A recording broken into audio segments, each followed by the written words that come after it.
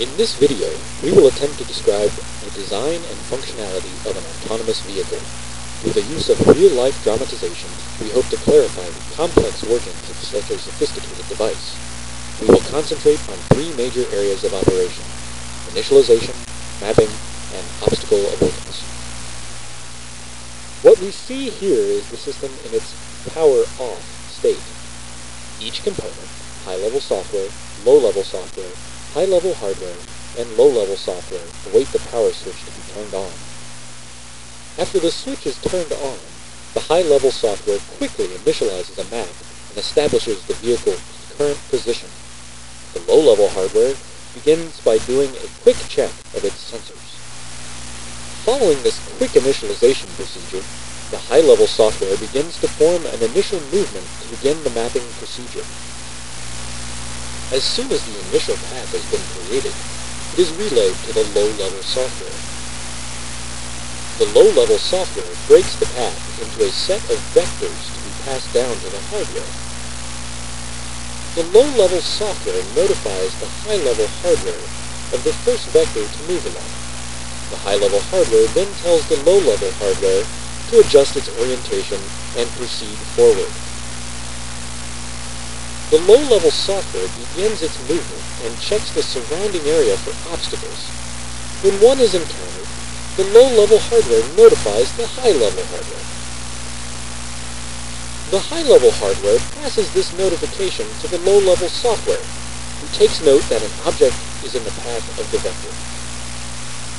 After contemplating simple alternate vectors that would avoid the object, the low-level software notifies the high-level software of the object.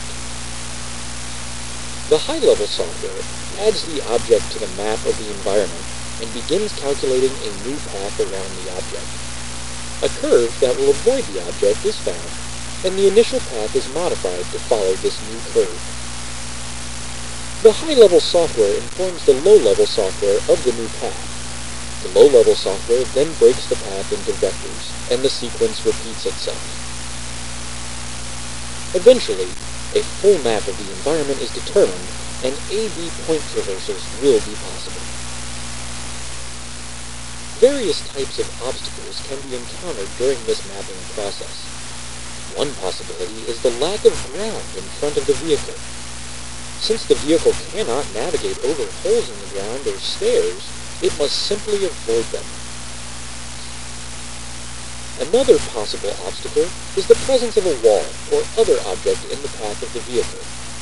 It is quite possible that the vehicle will be moving quite quickly and must be able to stop before damaging itself. Some obstacles are not of a type that can be avoided. For instance, if the vehicle gets turned upside down either by an outside entity or other reasons, the low-level hardware can do nothing in this situation except inform the other subsystems that it is incapable of moving. Lastly, since the vehicle operates on batteries, low battery power is inherently unavoidable. When this occurs, a safe shutdown of the vehicle will be necessary to preserve what map of the environment has been determined. We hope that this video has been helpful in exploring the world of autonomous vehicles and the Mini DARPA, that's Mini, D-A-R-P-A, project.